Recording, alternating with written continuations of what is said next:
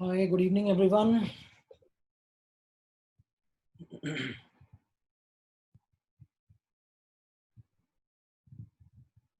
कौन आ गया है? मॉर्निंग नहीं है रोमिल, इवनिंग हो गया है. Good evening Romil, good evening Shivang, good evening Prathamesh. Great. Hi Aditya.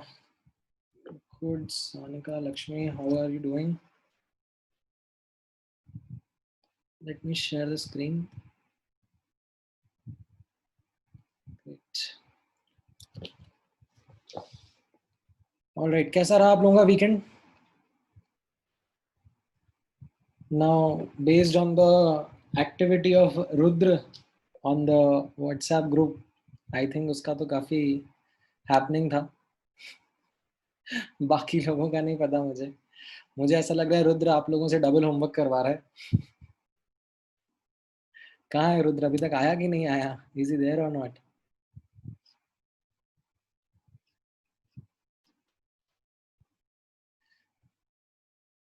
Rudra नहीं, सॉरी सॉरी, ऋग्वेद ऋग्वेद. मैं रुद्र से कंफ्यूज हो रहा हूँ. हाँ, I know. Full of homework, right.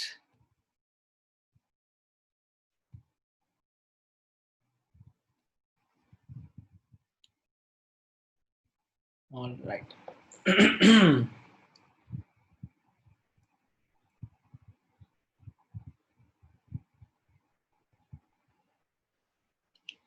हाँ, सो बुकलेट सॉल्यूशंस में, सो पहले तो मैं बुकलेट के डाउट डिस्कस कर लेता हूँ आप लोगों के साथ में quickly with. I just quickly remember हम लोगों ने क्या क्या. हाँ, F B O, F B S and get equip to mains के मैंने कुछ क्वेश्चंस आप लोगों के साथ डिस्कस किए थे. Now if I kind of take the doubts that you guys have from the booklet, right, तो मुझे एक बार बताओ FBO सेक्शन में क्या क्या डाउट रहेंगे. सबसे पहले FBO के बताओ एंड मैं फिर डिस्कस कर लूँगा आप लोगों के साथ में. हाँ हाँ, मैं ये सोल्यूशन ग्रुप पे सेंड कर दूंगा सुमित. आज मैंने आज पहले से सेंड नहीं करे थे. I wanted you guys to work through these and then after spending some time on them मैं आप लोगों के साथ ग्रुप पे शेयर कर दूंगा. So बुकलेट में FBO में मैं एक बार देख लेता हूँ क्या क्या प्रायोरिटी पे डाउट्स रहे होंगे. लेट मी सी. आप लोगों को स्क्रीन दिख रहा है ना अभी? बुकलेट दिख रहा है सामने? हाँ, ठीक है. सो FBO में, तो FBS सेक्शन है. FBO में मैंने आपको दिए थे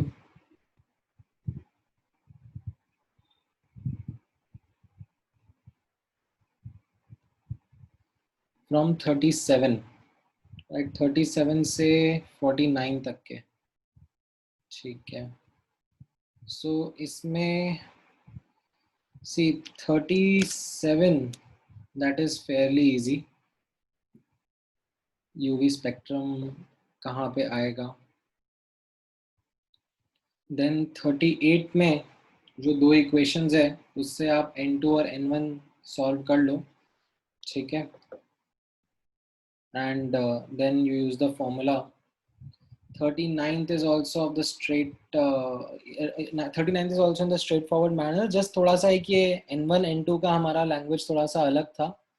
मतलब इसमें हो सकता है कि आपने N1 को 3 और N2 को 1 कैलकुलेट कर लिया हो, but that is absolutely okay.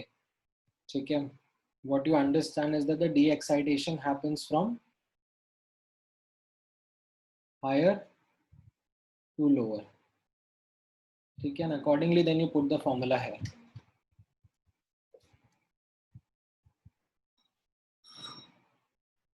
Now 40th question में हाँ, I can understand. 40th question, this would have been a doubt for most of the students. इसमें so the de-excitation happened from n+1 to n. ठीक है. And R, yes Prathamesh, R stands for Rydberg constant.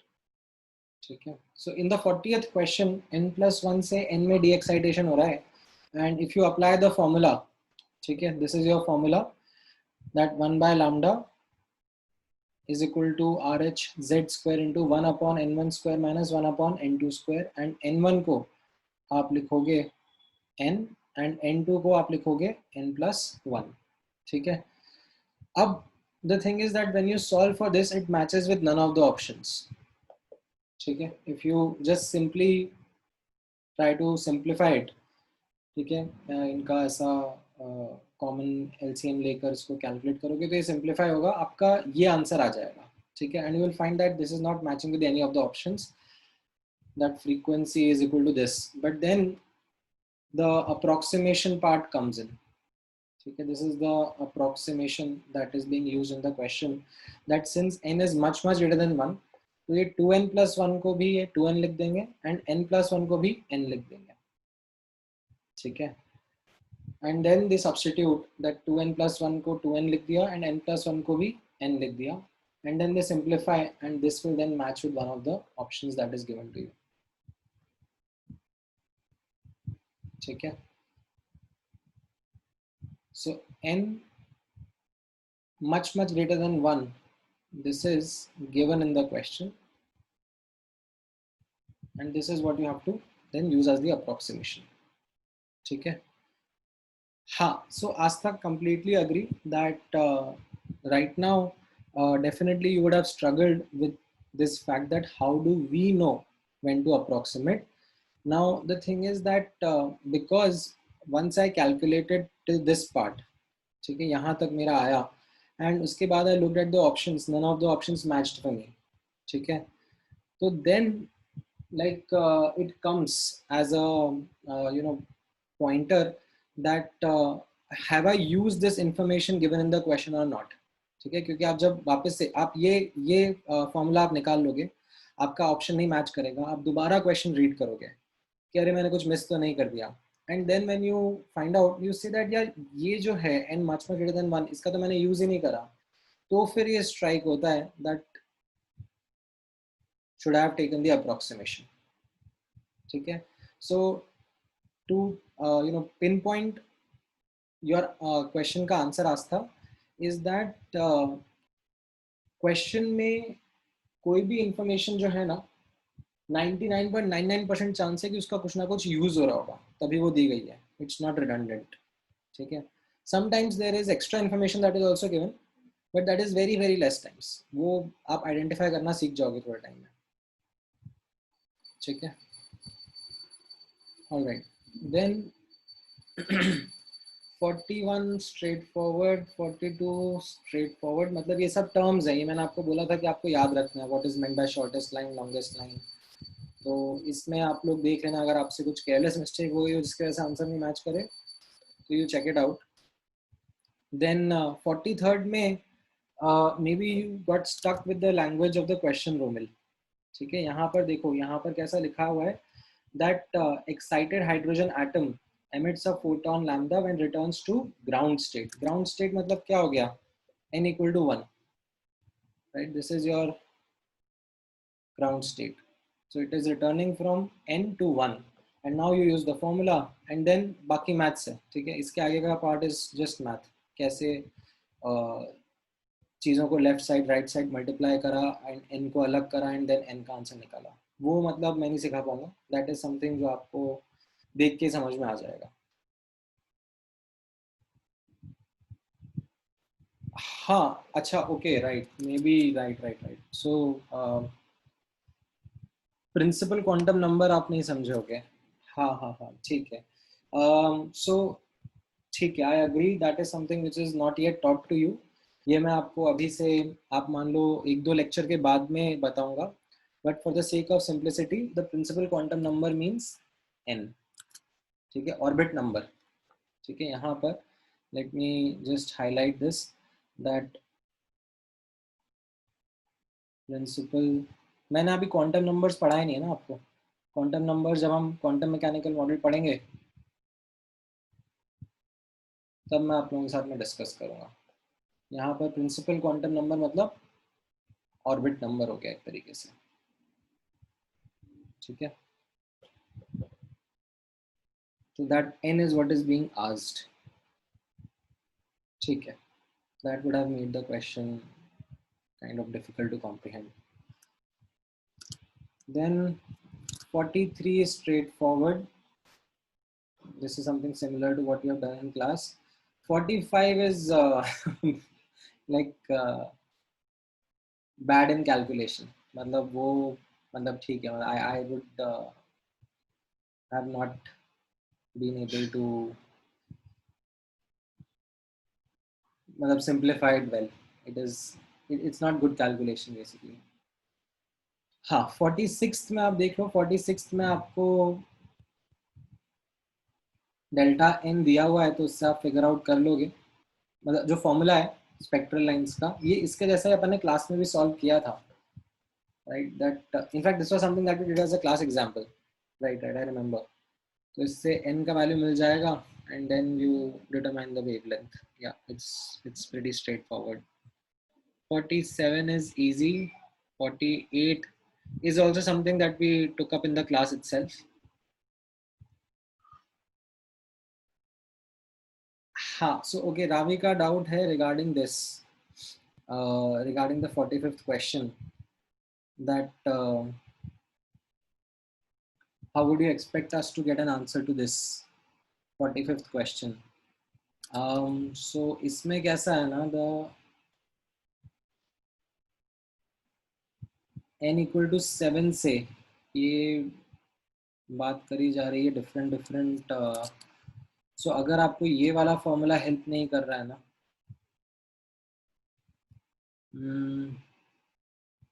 मतलब what I would recommend is that either you put the options quickly and check them out, ठीक है, rather than doing the entire calculation.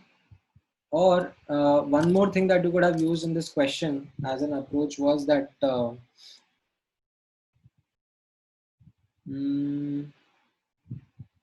rather than using this, you could have used the Rydberg formula. But ठीक है, उसमें भी actually वही calculation पड़ती। ये थोड़ा सा अनफॉर्चुनेटली ज़्यादा कैलकुलेशन वाला क्वेश्चन हो गया। मतलब typically when we put such a question in exam, तो वी डिड और we do give you data जिसमें ये ऐसे वाले टर्म्स नहीं आए, मतलब something that comes slightly bit easier. मतलब जो डिज़ाइन होगा क्वेश्चन का इस तरीके से होगा that's able to handle these calculations. It's just that the values aren't great. तो टेस्ट में आप टेंशन मत लो, जब टेस्ट या एग्जाम होता है तो उसमें भी design the data in such a manner that the effort is spent in not the calculation but the concept part। ठीक है, then 48th was something जो हम लोगों ने क्लास एग्जाम्पल में देखा था। ठीक है, this was the first line of Lyman series, second line of Lyman series and first line of Balmer series, and you can see the energy gaps that they correspond to, and it simplifies the calculation rather than using the Rydberg formula। ठीक है, then 49th is also straightforward।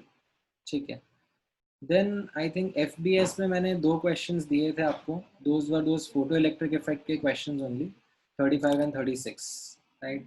सो इसमें 35 was again a question which was a good question. ठीक है, so it combines the knowledge of photo electric effect and Bohr's model and atomic spectrum. ठीक है, 35 में इन तीनों का नॉलेज कंबाइन हो जाता है। So what is happening in the 35th question is that there is this de-excitation that is happening, ठीक है, in the helium plus ion, ठीक है, and because of this de-excitation there is a photon that is emitted, and that photon is now ejecting electron from the hydrogen atom. क्योंकि hydrogen atom से ये electron eject हो गया, and जो बचा हुआ एनर्जी था that was imparted as the kinetic energy to the ejected electron, ठीक है। तो ये इस क्वेश्चन का कॉम्प्रिहेंशन है। So when you do the calculation you get the energy of the photon corresponding to the first line of the Lyman series. Electron volts में calculation करना, energy of photon मिल जाएगा, ठीक है। Then ionization energy of hydrogen आपको आता ही है, तो इन दोनों का आप सब्स्टिट्यूट कर लोगे तो you'll get the kinetic energy of the electron. And now that the speed is being asked, so kinetic energy को you put as half mv square and do the calculation, ठीक है। Oops, just a second, ऊपर चला गया। हाँ, तो ये थोड़ा सा यहाँ पर ही कैलकुलेशन वाला part wasn't that good, specially subjective है, तो आपको थोड़ा सा 10 की पावर्स को एडजस्ट करके ही कैलकुलेशंस करना पड़ेगा, ठीक है। Then 36th was also not a difficult question, just the, I would say, language of the question was something to be comprehended, or something that you should comprehend well, that minimum energy required to overcome the attractive force between nucleus and electron is work function, ठीक है। तो basically जो आपको दिया है 7.52 × 10⁻⁻19 joules, that is the work function, उसको EV में convert कर लिया, and then you substitute in the photoelectric effect का equation to get the kinetic energy, and मतलब मैंने तो एक्चुअली EV में निकाल लिया था, मुझे लगा EV में आंसर होगा, टेक्निकली क्वेश्चन में स्पेसिफाई करके देना चाहिए था किस यूनिट्स में पूछा जा रहा है, बट फिर मैंने पीछे आंसर चेक किया तो देन आई रियलाइज कि जूल्स में दिया हुआ है, so then I did again the conversion between EV and joules. तो वो थोड़ा क्वेश्चन का ही फ्लॉ था, क्वेश्चन में बता देना चाहिए in what units are they expecting the answer, ठीक है। Alright, then get equipped to mains में, इसमें there were a kind of combination of questions from the previous topics as well as the new topics. So इसमें let me come to question number 1। हाँ, question number 1 ना, question number 1 थोड़ा सा मतलब I should say it kind of becomes a problem if you use the formula जो मैंने आपको बताया हुआ है, because if you use the formula then this value does not match with actual IE of helium plus। मतलब आप formula use करोगे ना 13.6 z² by n² या 13.6 z² by 1², तो उससे ये मैच नहीं करेगा, ठीक है, if you would have done that calculation. So sometimes you get stuck with that. Now the thing is that question का ही flaw है, it should have either given you the actual value ताकि problem नहीं होता, or what you can say is that the question wants you to use this data, ठीक है, that helium plus का ये given है, and then you use that data to determine what will be the ionization energy of lithium plus, ठीक है। And since the energy of a orbit corresponds to minus z² by n², so you take the ratio and it comes out to be 4/9, ठीक है, z² by n², n तो दोनों का 1 ही रहेगा क्योंकि first orbit से यानी ग्राउंड स्टेट से निकालना है इलेक्ट्रॉन को, and this gives you the answer that the ionization energy of lithium 2+ should be 9/4 times the ionization energy of helium plus, ठीक है। यहाँ पर एक और फ्लॉ था क्वेश्चन में, is that the negative sign was not incorporated. The actual answer should be with the negative sign because उसमें ionization energy नहीं पूछा है, उसमें आपको energy of first orbit पूछा है, so that is something that is going to come with a negative sign. So let me re-explain, थोड़ा सा hodgepodge सा question है, ध्यान से observe करना। Get equipped to main का first question, इसमें ionization energy of helium plus दिया गया है, ठीक है। सो ये जो आयनाइजेशन एनर्जी दिया गया है of helium plus, this means that this is the energy corresponding to the first orbit of helium plus. ठीक है, तो ये आपने यहाँ पर देख लिया, एंड यहाँ पे नेगेटिव साइन के साथ रहेगा। ठीक है, now the thing is, the problem that I'm highlighting with the question is that this does not match with the actual data. मतलब if you go ahead and do the calculation ना, that this is something which should be equal to minus 13.6 into z square by n square, and then इसको EV को आप joules में convert करोगे 1.9 into 10 की power और 1.6 into 10 की power minus 19 joules से multiply करोगे, तो ये और ये match नहीं करेंगे। ठीक है, so this is sometimes that I'm highlighting that students get stuck। ठीक है, अब मैं जो आपको बता रहा हूँ यहाँ पे, that don't try to match this with the actual calculation, just think of it as that this is the information that is given in the question। ठीक है, एंड इसी को यूज करके हमको लिथियम 2+ का आयनाइजेशन एनर्जी निकालना है। ठीक है, so what I'm going to do is I'm going to focus on the ratio of the two, and that ratio should be proportional to z square। ठीक है, so it is 2 square upon 3 square। So you get that the ionization energy of lithium 2+ should be 9/4 times the ionization energy of He+। ठीक है, that is what the question is doing।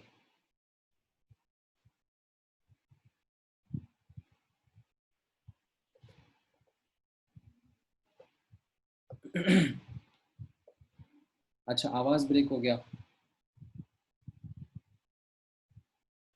नहीं, यहाँ पर Satya tough calculation ये वाला नहीं है। This is not a tough calculation question. इसके पहले वाला, हाँ आई एग्री दैट जो फाउंडेशन बिल्डर सब्जेक्टिव में रहेगा उसमें से किसी एक आध क्वेश्चन में थोड़ा सा डिफिकल्टी आ सकता है आपको, बट नॉट इन दिस। ठीक है, this was not that bad in calculation terms. ठीक है, नहीं, यहाँ पर E is not the ionisation energy, E is the orbit of the, और energy of the first orbit.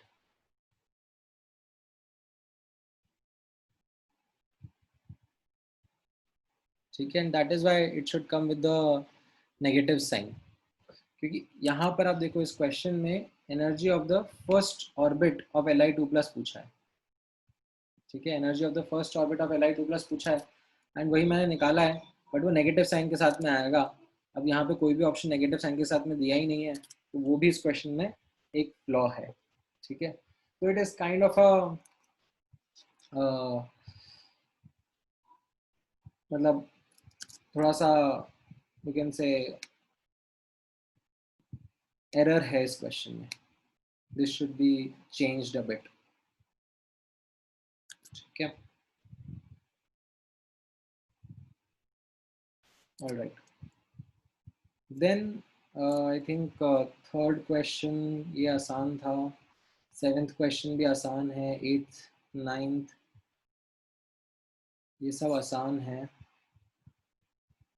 Twelfth भी आसान है, थर्टींथ थर्टींथ भी आसान है। थर्टींथ में, अच्छा नाइन्थ वाले में, हाँ नाइन्थ वाले में भी एक गड़बड़ है।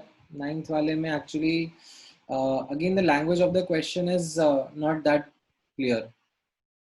ठीक है, नाइन्थ वाले में यहाँ पर नोटिस करना, they should have mentioned that the wave number of the first line of Balmer series of hydrogen is this much, and the wave number of the first line of Balmer series of Li2+। तो यहाँ पर वो वापस से Balmer series लिखना चाहिए था, otherwise first line of Li2+ you might take it to be the first line of Lyman series भी ले सकते हो ना आप, that is technically the first line of the entire spectrum।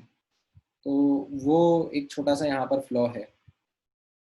ठीक है, यहाँ पर first line of बामर series of Li2+ mention करना चाहिए था इन the question. This is what was given and this is what was asked. Now that you know that wave number is proportional to z square because they have the same transition, तो आपका answer फिर पीछे से match करेगा। ठीक है, अभी clear है सुमित? आई थिंक तुम्हें वही डाउट रहा होगा, तुमने हाँ लाइमन सीरीज का ले लिया होगा वो इस क्वेश्चन में स्पेसिफाई कर देना चाहिए था, ठीक है। Then 12th is okay, that's just reading the data. 13th is okay. 15th may be 15th में आप लोगों को डाउट आया होगा, 15th में बता देता हूँ।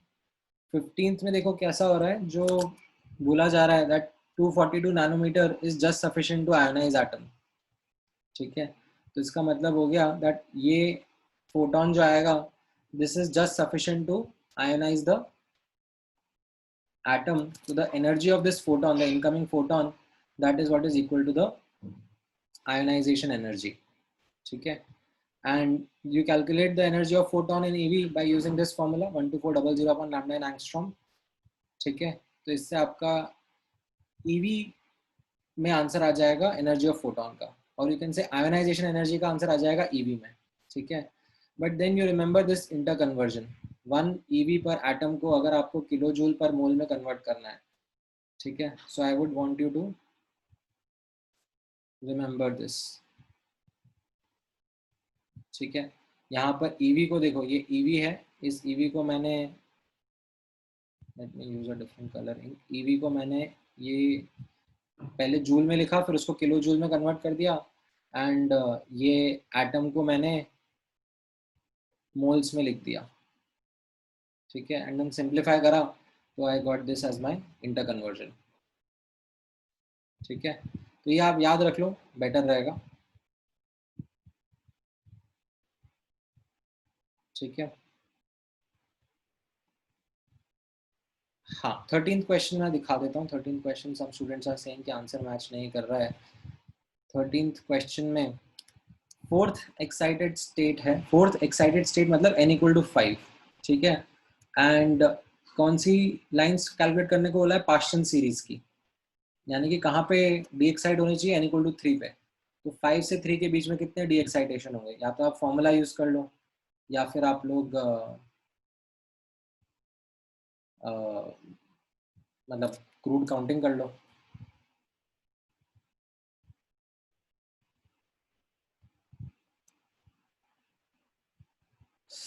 ओ ओके ओके ओके, हाँ हाँ हाँ, नहीं नहीं मैंने भी गड़बड़ कर दिया, right right right right right, oh my bad, मेरा आंसर गलत है। एक्चुअली आई शुड हैव, मतलब ठीक है, मैं क्रूड काउंटिंग ही करता तो बेटर रहता।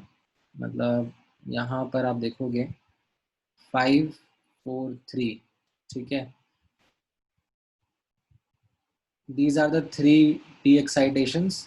However, only this and this belong to Paschen series ना, ये तो ब्रैकेट में चला जाएगा। 2 is the correct answer. हाँ हाँ हाँ, राइट, मैंने भी केयरलेस मिस्टेक कर दी। 5 to 4 will not be counted.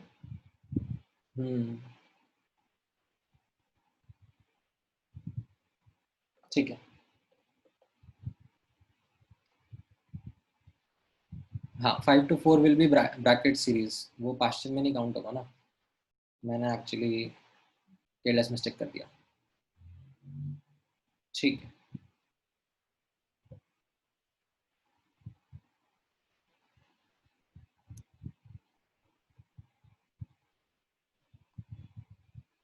So formula जो है ना सुमित, फॉर्मूला एक्चुअली बताता है total possible lines, that is what the formula highlights. तो ये तो पॉसिबल लाइंस तो 3 है ही सही, corresponding to the excitation between 5 to 3, but उसमें से 2 ही है जो पास्टन सीरीज को बिलोंग कर रही है ना, एक तो ब्रैकेट सीरीज को बिलोंग कर गई। समझ में आया सुमित?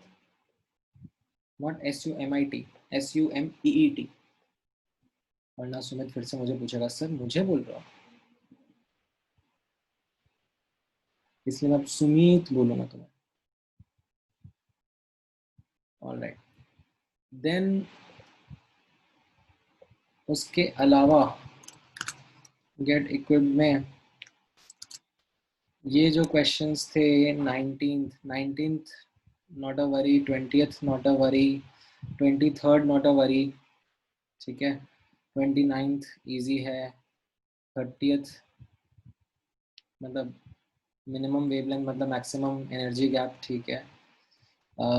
31 में विजिबल रेडिएशन मतलब बामर सीरीज, ठीक है, ये आपने रीड कर लिया होगा। तो आप बस इस फॉर्मूला, ये जो आपने सिंप्लीफाई करके करा है, इसको कंपेयर कर लो जो क्वेश्चन में दिया हुआ है, तो उससे के का वैल्यू समझ में आ जाएगा, ठीक है। ये बामर सीरीज का रहेगा ना, कहीं से भी n=2 पे आ रहा होगा photon. Then 32 is also straight forward. इसमें एनर्जी गैप के हिसाब से आप करोगे दैट सी से ए के बीच में जो एनर्जी गैप है वो सी से बी और बी से ए का एडिशन होगा। तो accordingly you substitute those energy gaps as H C by lambda. आपको थोड़ा कैलकुलेशन करना पड़ेगा, बट आपका आंसर 91.1 mm के आसपास आ जाएगा, ठीक है। मतलब एक्चुअली वैसे अगर मुझे इस क्वेश्चन का आंसर करना होता ना फास्ट, ठीक है, तो मतलब ये नन ऑफ दीज ऑप्शन ने थोड़ा सा गेम खराब कर दिया, ठीक है। अदरवाइज मैं कैलकुलेशन भी नहीं करता, मैं सिंपली ए ऑप्शन मार्क कर देता, had this D option been something greater than either of them, ठीक है। बिकॉज यहाँ पर आप नोटिस करना, जो सी से ए का एनर्जी गैप है, ठीक है, वो सी से बी और बी से ए दोनों से ज्यादा होगा। तो जो सी से ए का वेवलेंथ होगा वो इन दोनों से ही कम होगा, and that would have been just A option had the D option been given something greater than these two values। अभी D option none of these देख के पूरा मतलब दिमाग खराब हो गया कि फिर कैलकुलेशन करना पड़ेगा, ठीक है। वैसे टेक्निकली मतलब बहुत कम चांस होता है ऐसा, ठीक है, बहुत कम केसेस ऐसे होते हैं जहाँ पे none of these option answer होता है, ठीक है। मतलब वो बहुत ही, you will find less than 1% of all the questions that you will solve जहाँ पे कहीं पे none of these आंसर मिल जाएगा। तो मैं अगर टाइम का शॉर्टेज रहता और मुझे फिर भी गैस वर्क करना होता तो मैं ए ऑप्शन मार्क करके आगे बढ़ जाता, ठीक है। अच्छा, देन क्या क्वेश्चन है तुम्हारा Rudra? How did I understand that energy gap? ये मैंने आपको बताया था ना लास्ट क्लास में, that is why I did those questions with you also, that ये वाला रिमेंबर दिस वन, जो अपन ने एफबीओ में ये वाला क्वेश्चन करा था।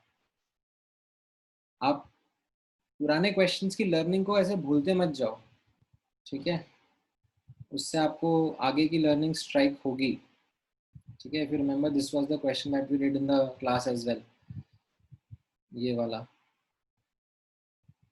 तो इसमें भी हम लोगों ने यही चीज़ ऑब्जर्व करी थी। सो ये कुछ कुछ चीज़ें हैं जो आपको क्वेश्चंस को फास्ट करने में हेल्प करेंगी, ठीक है। Then coming back to the, हाँ, 33rd क्वेश्चन, हाँ I am sure 33rd question आप में से काफ़ी लोगों का डाउट होगा। सो 33rd question was actually a difficult question, ठीक है। इसमें देखना, मैंने आपको क्लास में जो केस बताए थे, फॉर्मूला जहाँ पे हम लोग यूज़ करते हैं, एक तो मैंने बताया था सैंपल ऑफ एटम के लिए, ठीक है। सैंपल ऑफ एटम मतलब sufficiently large number of atoms are present, ठीक है। तो उस केस में यूनिक फोटॉन्स 6 आ जाते हैं। ये आप लोगों ने फॉर्मूला लगा लेते तो उससे आपका आंसर आ जाता, ठीक है, मैक्सिमम यूनिक फोटॉन्स, राइट। और अगर आइसोलेटेड एटम वाला केस होता, ठीक है, तो इसमें 3 मैक्सिमम यूनिक फोटॉन्स आते हैं, ठीक है। ये भी आप फॉर्मूला से जो मैंने आपको समझाया था उससे आप देखते तो ये आपका आंसर आता, but none of these answers are going to match with the options because the question is neither of them, ठीक है। it is neither a sample of atoms nor it is an isolated atom that is being spoken about। यहाँ पर है कि 2 atom है, मतलब आपको actually बोल रहा है कि आप तो बैठ के काउंटिंग करो, ठीक है, कोई फॉर्मूला वर्क नहीं करने वाला, ठीक है। यहाँ पर मैं हाईलाइट कर देता हूँ, नो फॉर्मूला, यहाँ पर काउंटिंग ही करनी पड़ेगी, क्रूड मैनर, क्रूड काउंटिंग करनी पड़ेगी। तो यहाँ पर n इक्वल टू 4 से n इक्वल टू 1 में डी एक्साइट होना है, ठीक है, and these are the ways in which the de-excitation can happen, ठीक है। अब मिनिमम यूनिक फोटॉन्स कितने हो सकते हैं? Minimum unique photons can be 1। ये समझना काफी आसान है। कैसे? कि दोनों के दोनों जो एटम थे वो इस तरीके से डी एक्साइट हो गए, ठीक है, डायरेक्ट 4 to 1 चले गए। दैट्स अ पॉसिबिलिटी, दोनों के दोनों एटम्स डी एक्साइट हो गए।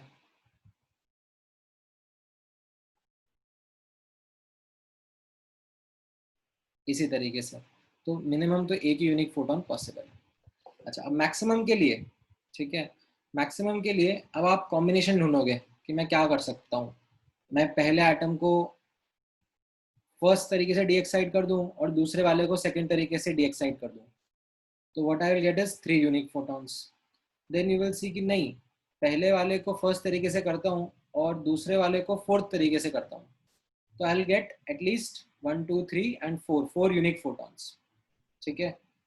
Similarly then you will choose any combination, ठीक है, आप फर्स्ट फोर्थ ले लो या सेकंड थर्ड ले लो, सेकंड फोर्थ ले लो, थर्ड फोर्थ ले लो, ठीक है। हर एक केस में what you will find is that the maximum unique photons that you are encountering is only 4, ठीक है। जैसे मैंने आपको बताया, क्रूड काउंटिंग करके ही मुझे दिख रहा है। अब इसी क्वेश्चन में मतलब अगर मान लो 5 to 1 हो जाता तो ये क्रूड काउंटिंग मेरे लिए और डिफिकल्ट हो जाती, ठीक है। 4 to 1 में तो फिर भी it was something which was a bit manageable, ठीक है। तो जनरली जब हम लोग क्वेश्चन सॉल्व करते हैं तो वो फॉर्मूला बेस्ड रहते हैं, एंड उसमें क्या है कि sufficiently large number of atoms या आइसोलेटेड एटम्स का केस हम लोग देख लेते हैं, वहाँ पे फॉर्मूला वर्क कर जाता है।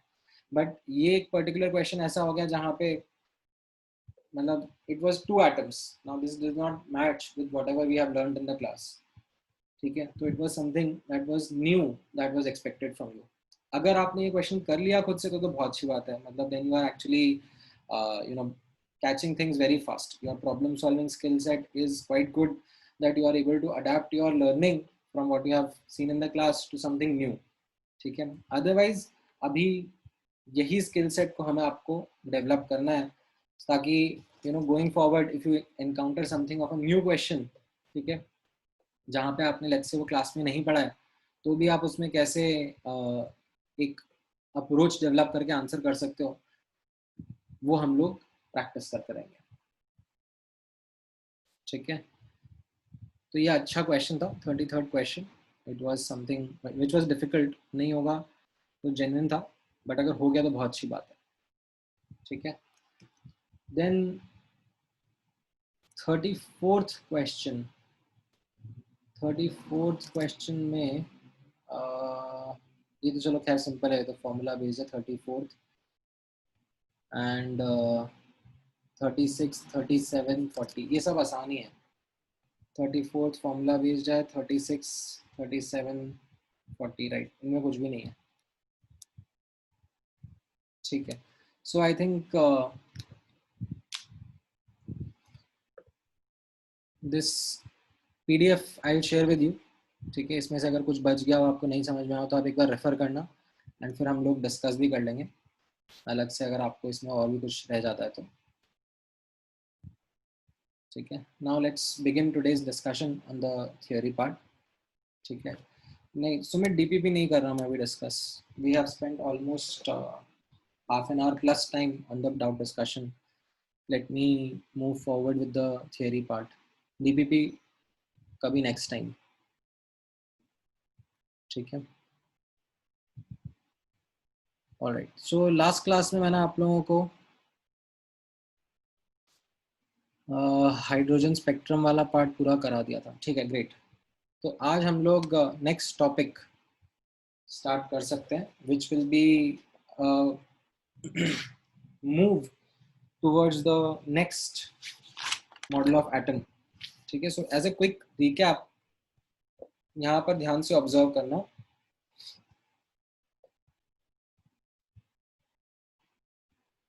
हाँ Lakshmi, I will incorporate that suggestion, मतलब in fact I will share the video explanations like I used to do in the mole concept part only, because discussion with in the class actually takes a lot of class timing. तो मैं video explanation आप लोगों के साथ में share करूँगा। अभी actually currently मेरे साथ में थोड़ा सा वर्कलोड बढ़ गया है, मतलब जूनियर्स में 3 चैप्टर, सीनियर्स में 2 चैप्टर पैरेलल ही चल रहे हैं। एंड उन सब के बीच में थोड़ा सा, क्योंकि नया कंटेंट बनाना पड़ रहा है ना, टाइम थोड़ा सा मैनेज करना पड़ेगा। बट ठीक है, आई वर्क ऑन दिस। ठीक है, it does not make sense, that's why मैंने मोल कंसेप्ट में भी यही चीज़ करी थी। Video explanations they help save a lot of time of the class. All right, now यहाँ पर जैसे मैं आपको एक रिकैप दे रहा था दैट, ठीक है, अभी लिखना मत, मैं मतलब कुछ रफ सा लिख रहा हूँ अभी स्टार्टिंग में, मैं बोलूँगा फिर आप लिखना शुरू करना। सो रदरफोर्ड मॉडल सबसे पहले पढ़ा। इनफैक्ट रदरफोर्ड मॉडल के पहले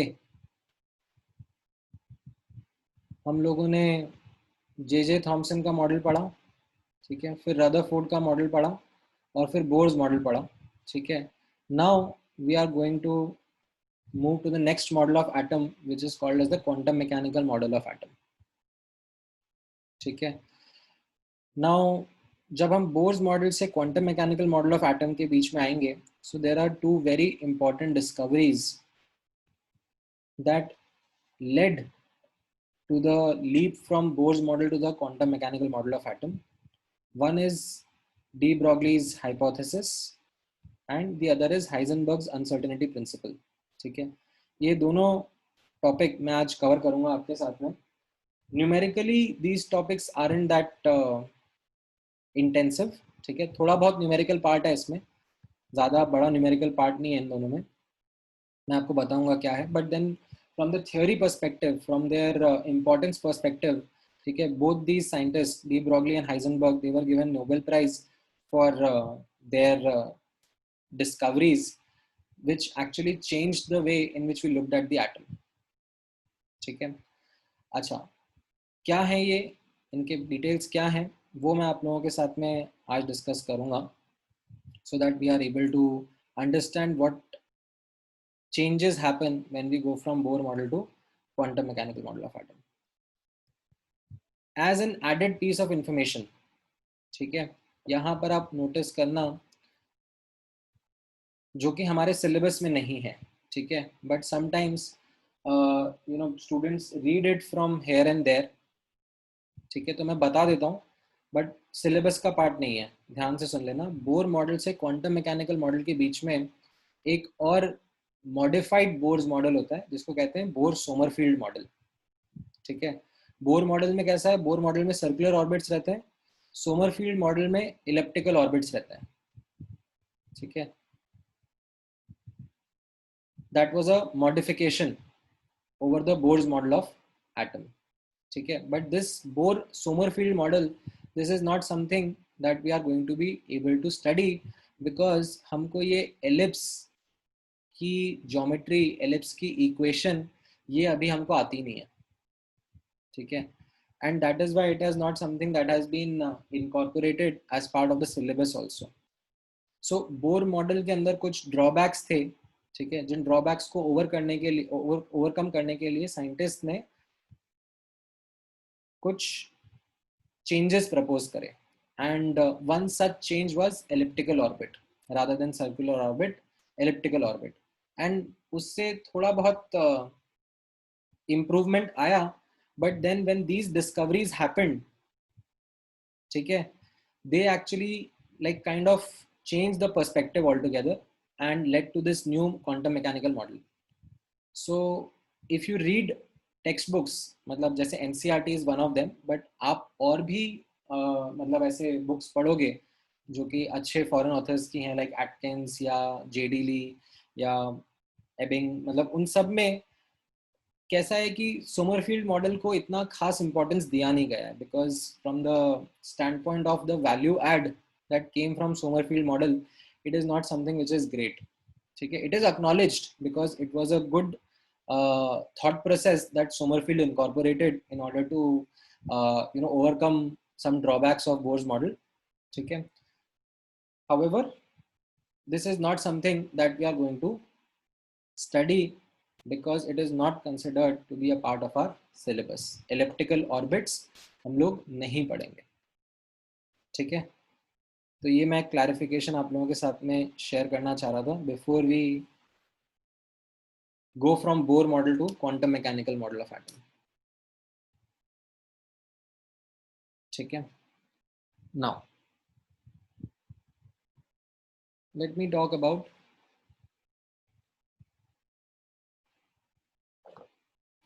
डी ब्रॉगलीज. अब वैसे तो मेरे को आता नहीं है प्रोनाउंसिएशन क्या होगा, but as far as I have heard that this is a French name and it is pronounced as De Broglie. अब आप लोगों ने फ्रेंच पढ़ा होगा, मैं तो CBSE का हमारा संस्कृत सीखा था, रामा रामो रामा रामाभ्याम और पता नहीं क्या क्या करते थे हम लोग, बट आई एम श्योर जिन लोगों ने फ्रेंच पढ़ी है उन लोगों को इसका प्रोनाउंसिएशन आता होगा.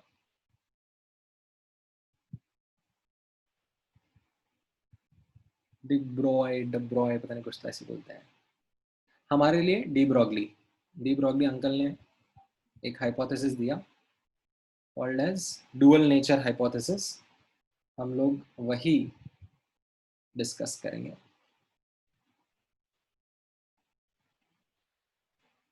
ऑलराइट, सो यहाँ पर let me put in the statement first, ठीक है, एंड देन उसके बाद में मैं आपको एक्सप्लेन करने का कोशिश करूँगा, ठीक है?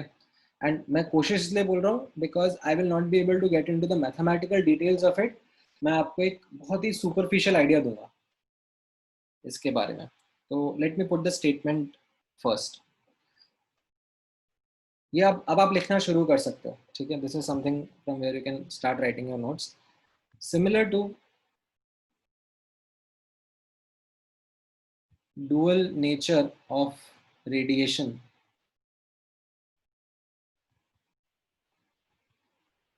अरे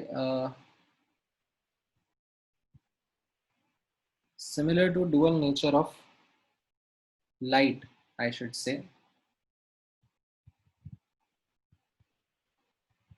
moving objects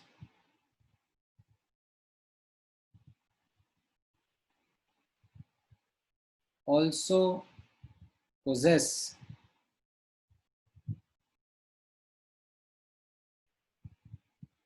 both particle nature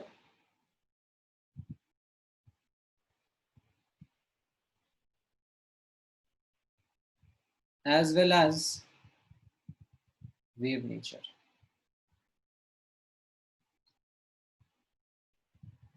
Now, this wave nature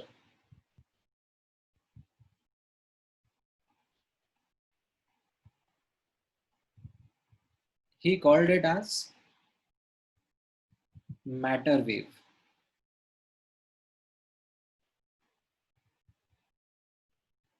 ठीक है? It's just a name. It's not easy to visualize.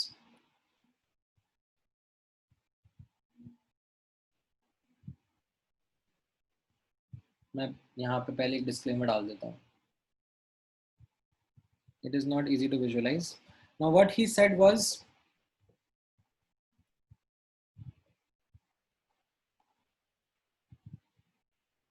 according to de Broglie, this wave nature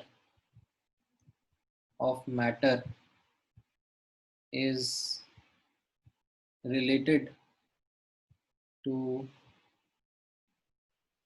particle nature in the following way, or in the following manner,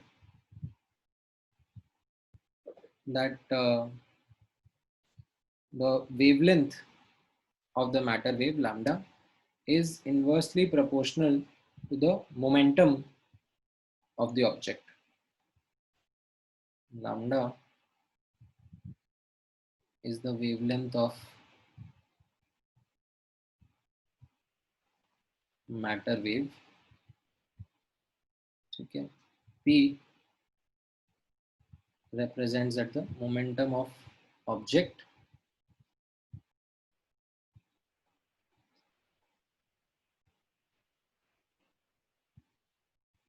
and he actually went ahead to establish the equation between the two. He found that the proportionality constant is h. So lambda is equal to h upon p, or you can say h upon mv. Okay, m will be the mass of object and v will be the speed of object. Okay. Now this is something which was a very radical hypothesis. ठीक है. Actually hypothesis pose करा था de Broglie ने उस time पर.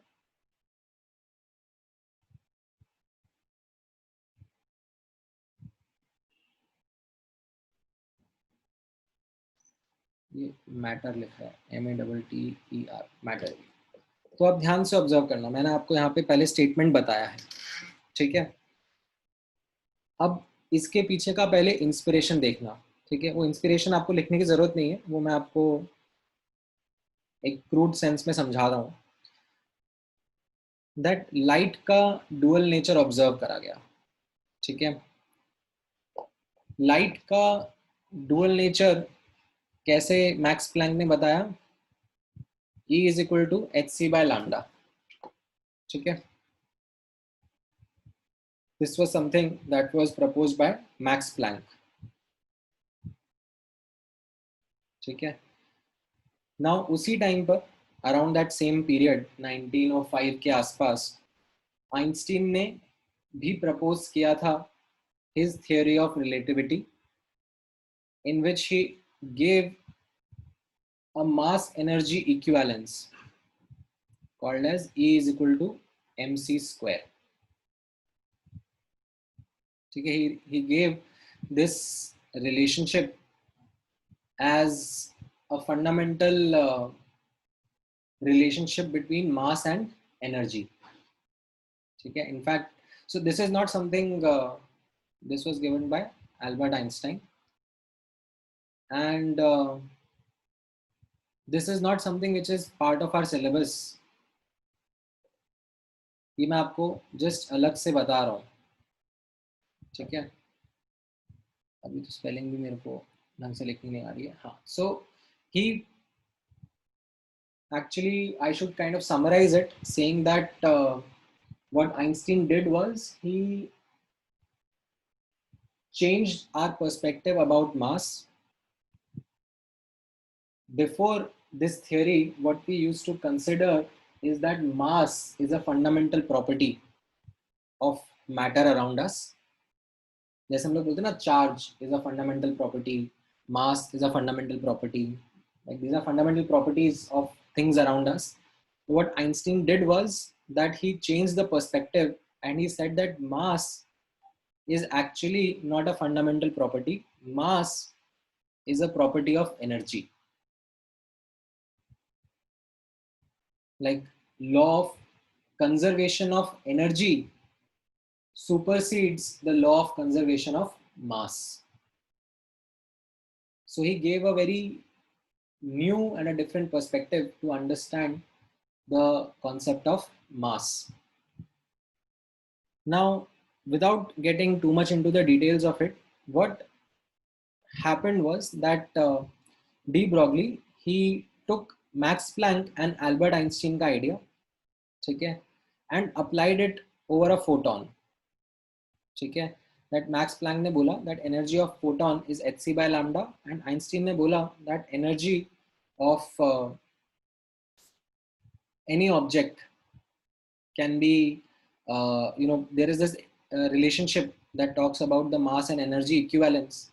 for any object, even for photons also, this holds true. E is equal to mc square. So he did that. Okay, then equating the two. Okay, and this is something which I'm doing in a very crude manner. मतलब actual calculations don't happen in this way. ठीक है, please understand this is, मतलब अगर मैं किसी मतलब IIT के professor को दिखा दूंगा तो वो हंसेंगे मुझ पर कि ये क्या बकवास कर दिया, because this is not how things are suppose to be. ये बस मैं बहुत सुपरफिशियल तरीके से आपको ऊपर ऊपर से दिखा रहा हूँ. That h C by lambda when equated to m c square, ठीक है, by applying this both over the photon, यहाँ से आपको एक रिलेशनशिप मिलेगा दैट लैम्डा, थोड़ा सा आप इधर उधर मैनिपुलेट करोगे, h अपॉन एम सी. ठीक है, एंड ये m c, this is the mass of photon and c is the speed of photon. ठीक है, तो mass into speed is what we call as momentum. ठीक है, so he kind of drew an inspiration from this. ठीक है, very crude sense में, that there exists this relationship between wavelength and momentum. ठीक है, and this he then generalized. ठीक है, this relationship that he stumbled upon for a photon, he generalized as a hypothesis. Hypothesis का मतलब क्या होता है कि थ्योरी है, इसका एक्सपेरिमेंटल वैलिडेशन नहीं है. ठीक है, बस सोचा है, ऑन पेपर कैलकुलेशन करी है, एंड उससे डी ब्रॉगली ने प्रपोज करा है दैट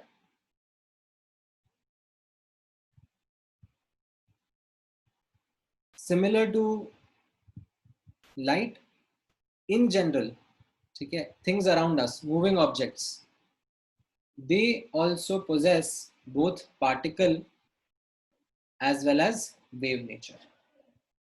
ठीक है, सो ये जो स्टेटमेंट यहाँ पे मैंने आपको लिखवाया, ये बहुत ही बोल्ड स्टेटमेंट था which was proposed by de Broglie during that time. ठीक है, around 1915 या 1918 के आसपास he had proposed this. I don't remember the exact timeline, but this was a very big change that de Broglie wanted to bring in our understanding, that similar to dual nature of light, moving objects around us also possess particle as well as wave nature. And this wave nature, this was something which was very hard to comprehend. Okay? This was something which he highlighted that this is not something which is easy to visualize, and what you can see or what you can understand is the wave-like properties that will be shown by objects that are very small. ठीक है, सो यहाँ पर ध्यान से observe करना. Let me quickly summarise. ठीक है, ये सब मत लिखना आप. This is not something which you are supposed to use as a derivation. This is not really a derivation also. मतलब I have seen some random ऐसे websites पर this is being used as a derivation. Now it makes a sense to kind of understand where this thing came from, but this is not technically the right way of mathematically approaching it.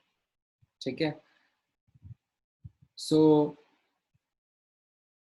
what de Broglie said was that similar to light, matter around us also has dual nature. It shows particle nature as well as wave nature. ठीक है, जैसे for example आप लोग cricket खेल रहे हो, तो जो क्रिकेट बॉल है या टेनिस बॉल है आपके पास में, that moving tennis ball also possesses wave nature. Now the thing is that along with this, ठीक है, along with this de Broglie mentioned that this wave nature ठीक है, this is an important point. This wave nature is significant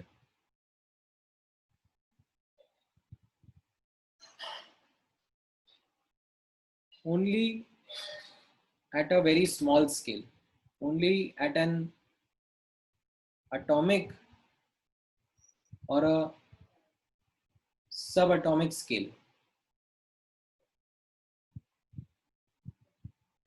Okay, it will not make sense for macroscopic scale. For example, if you have a tennis ball, ठीक है, से 100 ग्राम का tennis ball है 0.1 kg and आप लोग खेल रहे हो तो उसका स्पीड से 10 मीटर पर सेकेंड है, ठीक है. नाउ अब ये टेनिस बॉल का अगर आप लैम्डा निकालोगे, ठीक है, h अपॉन एम वी करके, तो ये कितना आ जाएगा 6.26 इंटू 10 की power -34 upon mass 0.1 into speed 10, तो ये रफली 10 की पावर -34 मीटर के ऑर्डर का आ जाएगा, है ना. Now this value is very small as compared to the object itself. ठीक है, जो आपका टेनिस बॉल है उसका डायमेंशंस तो कैसा है, उसका डायमेंशंस तो सेंटीमीटर में होगा, ठीक है, some couple of centimeters of radius or diameter, ठीक है. This wavelength associated with the tennis ball, this is so small that you practically don't observe this. So it is very small as compared to the object itself. So what happens is that the wave nature is insignificant. ठीक है, यहाँ पर thus wave nature is too insignificant for such macroscopic objects. ठीक है, but यही चीज अगर आप लेट्स से एक इलेक्ट्रॉन के बारे में बात करो, ठीक है, लाइक एक इलेक्ट्रॉन का मास कितना रहता है, ठीक है, 10 की पावर -31 kg के ऑर्डर का. एक इलेक्ट्रॉन की speed while revolving around the nucleus 10⁻⁶ के ऑर्डर का, ठीक है. I am not getting into the detailed calculation, मैं जस्ट ऑर्डर की बात कर रहा हूँ. तो अगर आप इसका डी ब्रॉगली वेवलेंथ देखोगे, ठीक है, by putting in the data, ठीक है, जस्ट रफ कैलकुलेशन, सो ये आएगा आपका 10⁻⁻34, 10⁻⁻31 and 10⁻⁶. So this will come out to be roughly of the order of 10⁻⁻9 meter, ठीक है, और you can say almost nanometer, ठीक है, which is similar to the size of atom. आप लोगों ने देखा है ना, हाइड्रोजन एटम का जो फर्स्ट ऑर्बिट का रेडियस है वो कैसा है, 0.529 एंगस्ट्रॉम. 0.529 एंगस्ट्रॉम मतलब इसी स्केल के आसपास आ रहा है, नैनोमीटर के आसपास का ही आ रहा है, right. So this kind of becomes significant. The wavelength that we are talking about, this is significant for atomic and subatomic scale.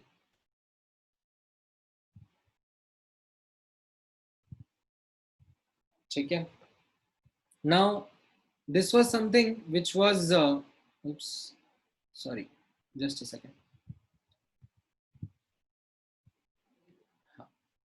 So this was something which was still on paper. उस time पर the scientific community was very skeptic of what de Broglie had mentioned. because this is a radical hypothesis. मतलब imagine that what de Broglie was saying in simple words was that अभी तक आप लोगों ने जो पढ़ा है या आप लोगों ने जो समझा है फिजिक्स के बारे में, that is just half of what it is actually there. And if you want to gain complete knowledge, then you should also incorporate the wave nature. क्योंकि डी ब्रॉगली के पहले कैसा हो रहा था, डी ब्रॉगली के पहले any macroscopic object around us, जैसे फॉर एग्जांपल ये टेनिस बॉल भी है, ठीक है, तो ये टेनिस बॉल की अंडरस्टैंडिंग हम लोग कैसे डेवलप कर रहे थे, Newton's laws of motion use करके, that is called as classical physics. Newton's laws of motion में हम लोग उसका स्पीड, मोमेंटम, फोर्स, एक्सेलरेशन, इन सब के ऊपर स्टडी करके इसका पूरा फिजिक्स समझते थे, ठीक है, by considering a tennis ball as a particle, ठीक है. What de Broglie proposed was that your understanding is right now good for a macroscopic scale, ठीक है.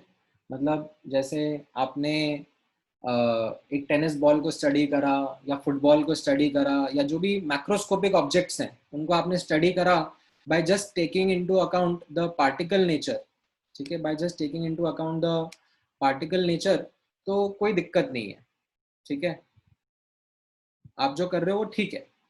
लेकिन अगर आपको एटॉमिक सब एटॉमिक स्केल पर जाना है, ठीक है, आपको इलेक्ट्रॉन्स के बारे में समझना है, एटम्स के बारे में समझना है, तो what de Broglie said that then the science is incomplete, then the science should also incorporate the wave nature,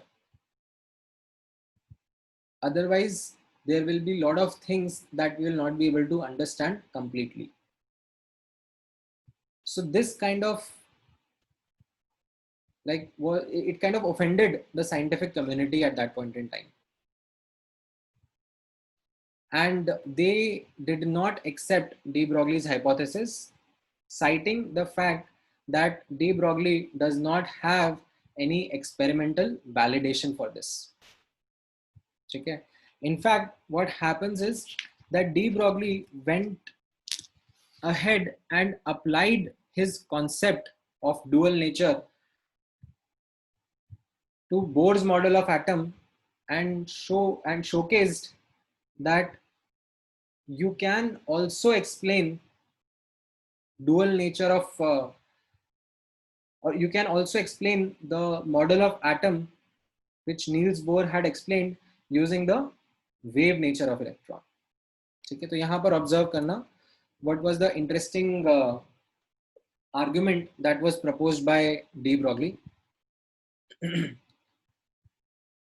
So थोड़ा सा हैवी रहेगा, ध्यान से सुनना, ठीक है. यहां पर de Broglie's hypothesis can be applied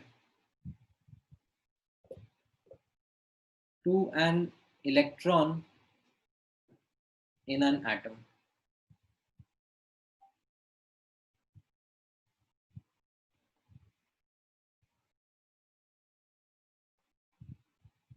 अब this would,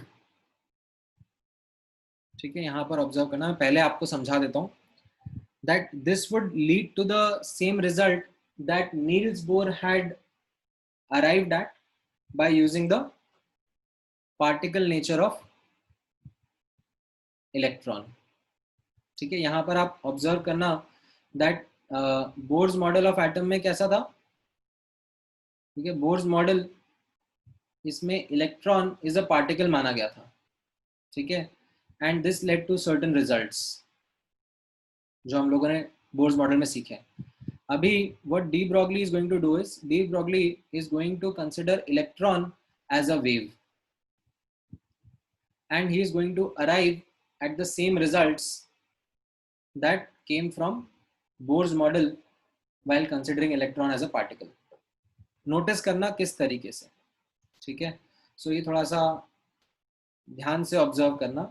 there will B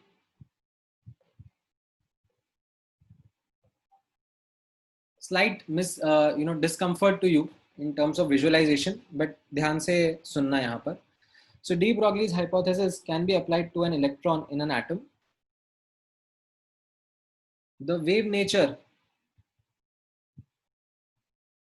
associated with an electron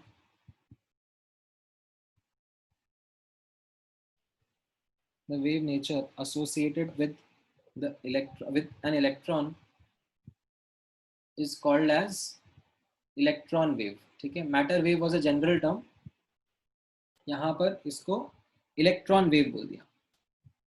ठीक है, this electron wave can be best understood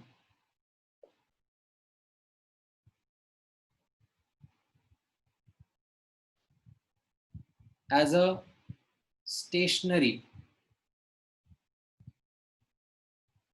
or you can say standing wave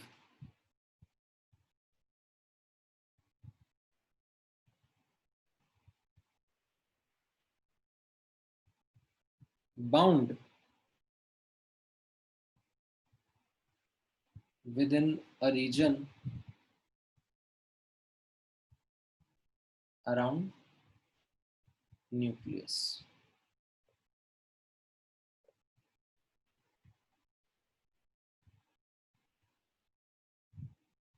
ठीक है, तो यहाँ पर ये मैंने थोड़ा सा भारी स्टेटमेंट लिखवाया है. अब इसको थोड़ा सा समझने की कोशिश करना. इसमें आप लोगों को कुछ चीज़ें नहीं समझ में आएंगी बिकॉज आप लोगों ने वेव्स के बारे में नहीं पढ़ा हुआ है. But I will try my best to help you understand. So if you remember, मैंने आपको वेव के बारे में एक बेसिक अंडरस्टैंडिंग दिया था during the start of this chapter. जैसे example ripples in a pond. ठीक है, वाटर के ripples. So those are examples of travelling wave. ठीक है, ट्रैवलिंग वेव कैसा हो गया? That the wave travels from one region to another region. ठीक है, आउटवर्ड हमारा वेव ट्रैवल कर रहा था. Now there are examples of standing waves also. जैसे फॉर एग्जाम्पल थोड़ा सा विजुअलाइज करना. मान लो एक रबर बैंड लिया एंड दोनों एंड से आपने उस रबर बैंड को फिक्स कर दिया. ठीक है, and then you plug this rubber band.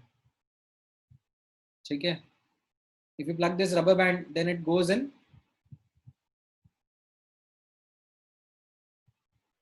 motion up and down. ठीक है, so that's a periodic motion again and that is a wave that you have generated, but that wave is bound within a region. ठीक है, it is not leaving this region, so we call this kind of a wave as standing wave. ठीक है, सो अब अगर आपको electron के wave nature के बारे में बात करना है. ठीक है, ये जो इलेक्ट्रॉन वेव है इसके बारे में अगर आपको बात करना है तो the thing is that electron is also bound with in a region around the nucleus. ठीक है, ऐसा नहीं है कि इलेक्ट्रॉन न्यूक्लियस छोड़ के कहीं भाग जाता है. ठीक है, as long as it is an atom the electron is bound around the nucleus. So if I have to think about the wave nature of electron, then the best option is standing wave. ठीक है, then I study electron as a standing wave. ठीक है, because traveling wave और standing wave की दोनों की properties अलग अलग होती हैं. ठीक है, जैसे for example I'll tell you, जैसे traveling wave है.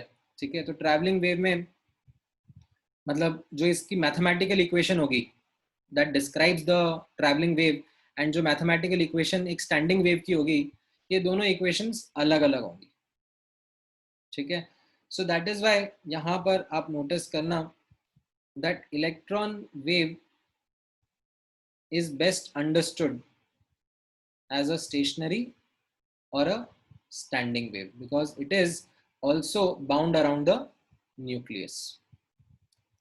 ठीक है, इतना पार्ट समझ में आया? That we consider electron as a standing wave. Now ये एक इंपॉर्टेंट क्योंकि स्टेटमेंट रहता है जो आपको समझ में आना चाहिए. अब डी ब्रॉगली ने क्या बोला, ठीक है, नेक्स्ट स्टेटमेंट यहां से सुनना ध्यान से. Now for this wave to exist in a stable manner around the nucleus, ठीक है, it should be present in a complete form. ठीक है, तो मैं स्टेटमेंट लिखता हूँ फिर मैं इसको हेल्प करूंगा आपको समझने समझाने में. In order for this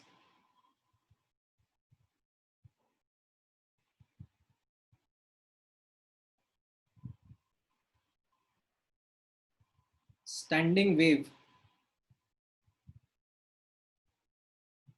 to exist in a stable manner,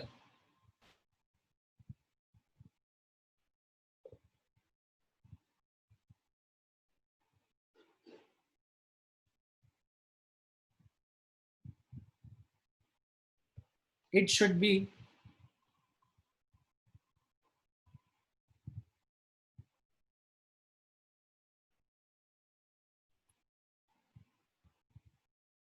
complete.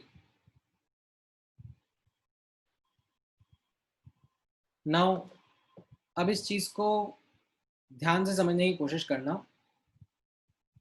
That let's say try to imagine a situation in front of you. एक रोप है और उस रोप का एक एंड आपने वॉल पे टाई कर दिया है, ठीक है, एंड यहाँ पर आप खड़े होकर इस रोप को पल्स प्रोवाइड कर रहे हो, ठीक है, ताकि आप एक यहाँ पर वेव मोशन क्रिएट कर सको. ठीक है, अगर आप एक सिंगल पल्स प्रोवाइड करोगे तो क्या होगा, मतलब वो एक पल्स रहेगा जो कि ट्रैवल करेगा लेफ्ट टू राइट, ठीक है, एंड होगा तो यहाँ से रिफ्लेक्ट कर जाएगा. ठीक है, आप कंटिन्यूसली यहाँ पर इस एंड को ऊपर नीचे मोशन देते रहोगे, ठीक है, तो क्या होगा, मल्टीपल पल्स आएंगी एंड उसकी वजह से एक पूरा वेव फॉर्म जनरेट हो जाएगा. जैसे याद हो तो आप लोगों ने एक वीडियो भी देखा था जो मैंने स्टार्टिंग में आप लोगों के साथ शेयर किया था. ठीक है, अब मान लो आपने यहाँ पर डिसाइड करा अचानक से कि मैं यहाँ पे मोशन को स्टॉप कर देता हूँ, ठीक है, या फिर if I go out of sync, मतलब मैं जब इस वेव फॉर्म को जनरेट कर रहा हूँ तो मैं एक पीरियोडिक तरीके से यहाँ पर इस रोप को ऊपर नीचे कर रहा हूँ इन अ पीरियोडिक मोशन. ठीक है, but if I do not do that in a periodic motion, ठीक है, मैं पहले फास्ट कर दूं फिर स्लो कर दूं या बीच में अचानक से रुक जाऊं, तो क्या होगा, व्हाट इज योर इमेजिनेशन से? Your imagination says that this wave form it will get distorted and it may cease to exist. ठीक है, it may not exist in a stable manner. अगर आपको यहां पर ये स्टेबल मैनर में wave form चाहिए है, ठीक है, तो आपको यहां पर ये जो रोप है इसको एक पर्टिकुलर फ्रीक्वेंसी के साथ में एक पर्टिकुलर सिंक में अप डाउन करना पड़ेगा. ठीक है, this is something which you can also see in that initial video जो मैंने आप लोगों के साथ में शेयर करा था when they generate the waveform. So उसी तरीके से, ठीक है, keeping this analogy in mind, what is being said is that the electron, ठीक है, in order for this standing wave to exist in a stable manner, it should be complete or it should be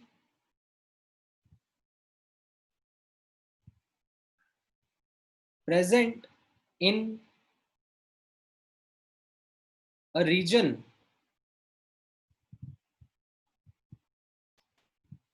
where it's complete. Now imagine around the nucleus, ठीक है, you have to think of electron wave, ठीक है, forget about the particle nature, ठीक है, you have to think of the electron wave. Then this electron wave should be complete. What it is saying is that, मान लो if I have to draw the waveform around the nucleus, then this waveform should be जैसे ये crest आया, फिर trough आया, ठीक है, फिर एक crest आया, फिर एक ट्रफ आया, फिर एक crest आया, फिर एक ट्रफ आया, और ये कंप्लीट होना चाहिए, ठीक है. इस तरीके से नहीं होना चाहिए that the crest and trough eventually do not meet, ठीक है. अगर मान लो ये यहाँ पर मैं ऐसा कुछ गड़बड़ सा ड्रॉ कर देता तो क्या होगा, then the wave will kind of interfere with itself. मतलब जो wave है वो stable manner में exist नहीं करेगी. It will interfere with itself and eventually it may happen that it may vanish. It will not exist in a stable manner. For it to exist in a stable manner, the waveform should be complete. ठीक है. Now, definitely यहां पर आप observe करना, मैंने यहां पर 3 wave form बनाए आपके सामने. मतलब एज यू विल सी यहाँ पर ये एक क्रेस्ट और फिर ये एक ट्रफ, तो ये एक वेवलेंथ हो गया, फिर एक क्रेस्ट और फिर एक ट्रफ, ये एक वेवलेंथ हो गया, फिर एक क्रेस्ट फिर एक ट्रफ, ये एक वेवलेंथ हो गया, ठीक है. आप you can choose to draw 4 such wavelengths. मतलब ये अगर आपको नहीं अच्छा लगा, ठीक है, तो ऐसा कोई कंपलसरी है ही नहीं. You can choose to draw 4 such waveforms, I don't mind. ये आपका न्यूक्लियस है एंड ये एक ऐसा रीजन है अराउंड द न्यूक्लियस, ठीक है, जिसको हम लोग ऑर्बिट बोलते हैं, ठीक है. तो ये एक ऐसा रीजन है, इसमें let's say you have a crest and a trough, ठीक है, ये एक हो गया, देन एक और क्रेस्ट एंड एक और ट्रफ, ये 2 हो गया, देन एक और क्रेस्ट एंड एक और ट्रफ, 3 हो गया, एक और क्रेस्ट एंड एक और ट्रफ. ओहो, मेरी ड्राइंग खराब हो गई थोड़ा सा. मतलब आप लोग समझ रहे होगे, आई होप सो.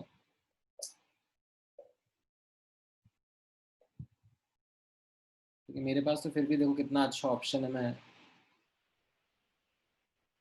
क्विकली रब कर सकता हूँ. आप लोगों के पास तो वो ऑप्शन भी नहीं होगा.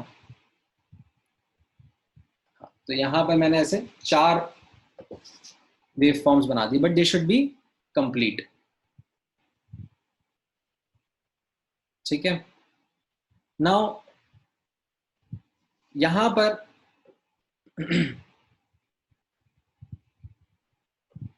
मैं इसको थोड़ा सा और इलैबोरेट कर देता हूं.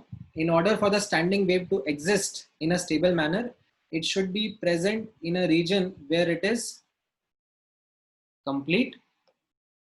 That is, it undergoes constructive interference with itself, ठीक है.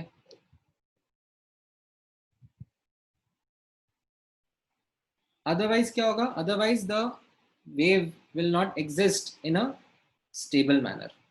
तो ये कैसा हो गया, this was a 2D representation, of electron wave. ठीक है, ये सिंप्लीफाइड है एक्चुअली में। ठीक है, अब मैं थोड़ा सा और इलैबोरेट करना चाहूंगा, which will become too difficult for us to visualise, but मैं यहाँ पे लिखना जरूर चाहूंगा that electron wave can be understood as three-dimensional, standing और stationary wave bound around the nucleus।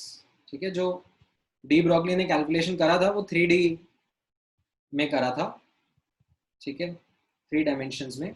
यहाँ पर जो मैंने आपको दिखाया है ये मतलब, क्योंकि हम लोग 3D में तो नहीं कर पाएंगे, अपना विजुअलाइजेशन उतना है ही नहीं। ये जो मैंने आपको करके दिखाया है यहाँ पर, this is a simple 2D representation only. ठीक है, अच्छा इसमें भी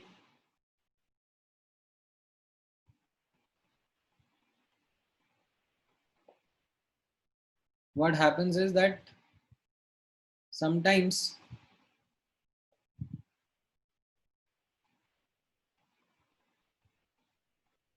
एक मिसकंसेप्शन रहता है स्टूडेंट्स के बीच में, I don't know for what reason, but there is this misconception that is there,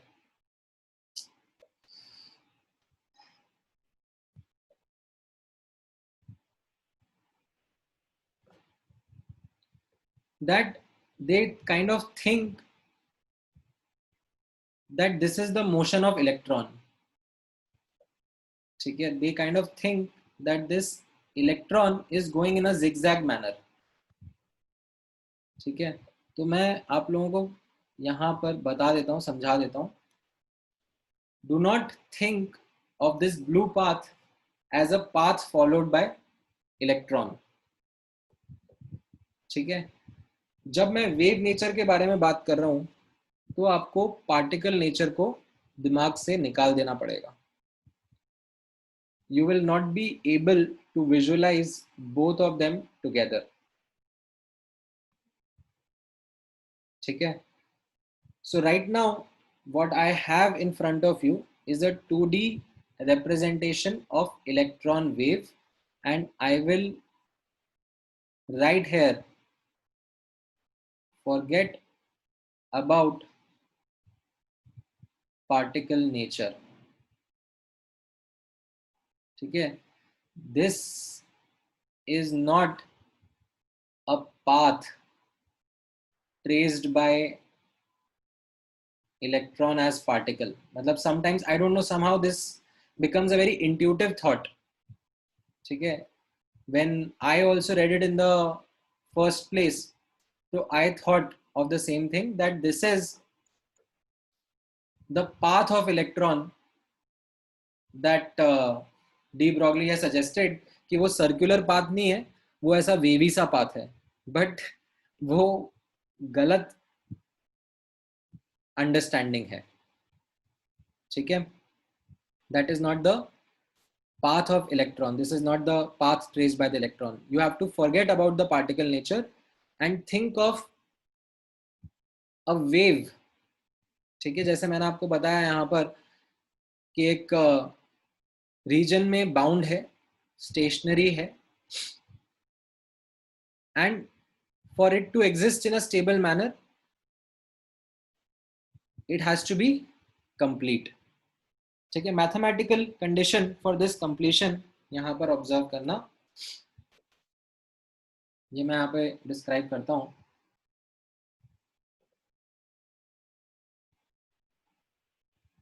mathematically for a wave to be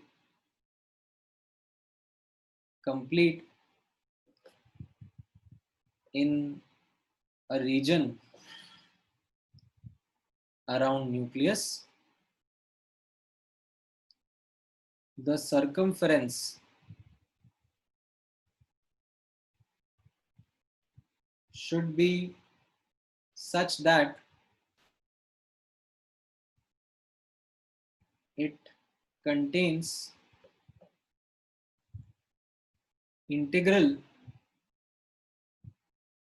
number of waves. मतलब यहाँ पर नोटिस करना, ये जो सर्कमफेरेंस था 2 पाई आर, ये जो मैंने ब्लैक से ड्रॉ करा, ठीक है, 2 पाई आर, ठीक है, इसको अगर मैं खोल के आपके सामने रख दूं, मतलब like if I open this, तो ये कैसा दिखेगा? ये 2 पाई आर लेंथ का आपको ये ब्लैक लाइन दिखेगा, और इसके ऊपर आपको कैसे दिख रहा है? यहाँ पर 4 वेव फॉर्म्स रहेंगे, ठीक है, क्योंकि मैंने 4 ड्रॉ करे हैं। So 2 pi are should be equal to n lambda, ठीक है। लेट मी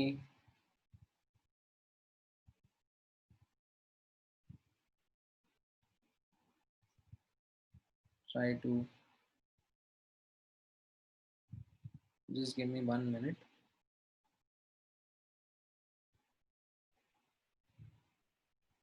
ठीक है, ये जो लेंथ है ये आपका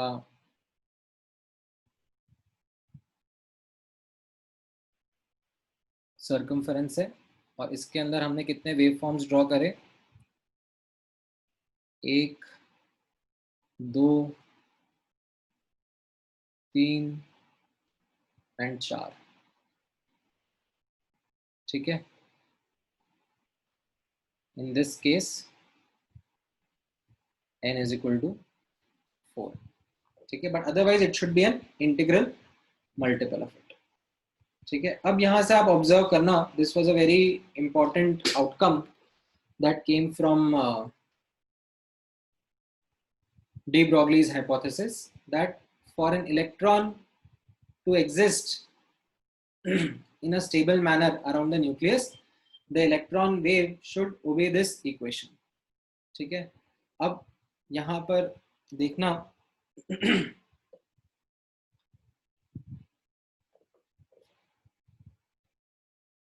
R, मैं एक बार यहाँ पे स्पेसिफाई कर देता हूँ, R is the radius of orbit, ठीक है, N will be the number of orbit, ठीक है,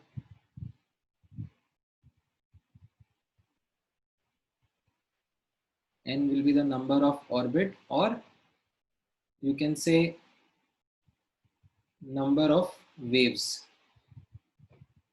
ठीक है, 1, 2, 3, 4 and so on so forth, ठीक है। lambda is the wavelength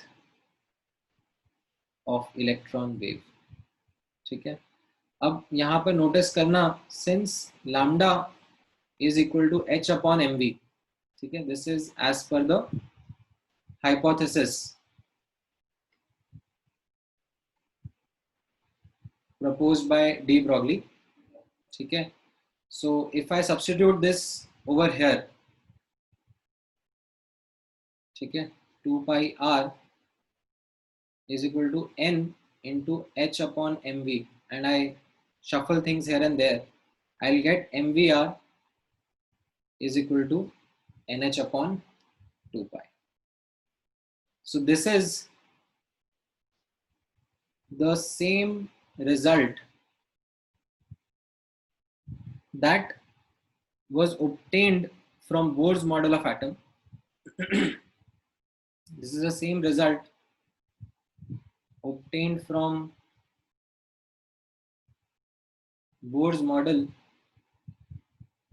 by considering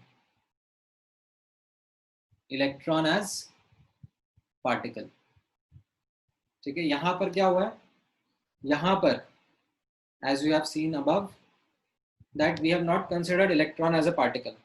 What we have seen, or what we have considered, is electron as a wave, and wrote the condition for that wave to exist in a stable manner, that it should be complete, and we got the same result.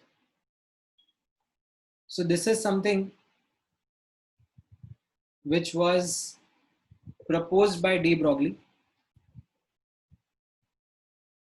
in order to support his hypothesis that if we consider electron as a wave, then we can arrive at the same model of atom, same results which Niels Bohr had proposed by considering electron as a particle. ठीक है? However, this was again only on paper. This was again only theory. So this was still not something which was accepted by the scientific community at that point in time.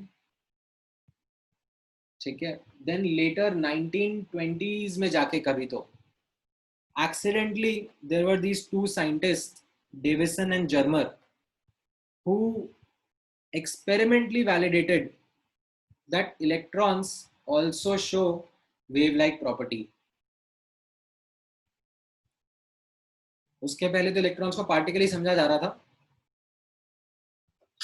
But they did an experiment. वो क्या था experiment, वो आपको next class में बताता हूँ. अभी तो we have run out of time, but मैं आपको नेक्स्ट क्लास में बताता हूँ that they did an experiment which experimentally proved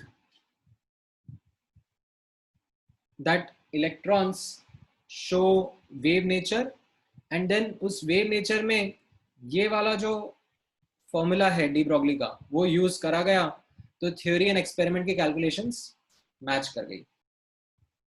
and then मतलब in fact almost if I remember around 10 years का डिफरेंस रहा होगा between the time when de Broglie proposed this hypothesis and the experimental validation happened.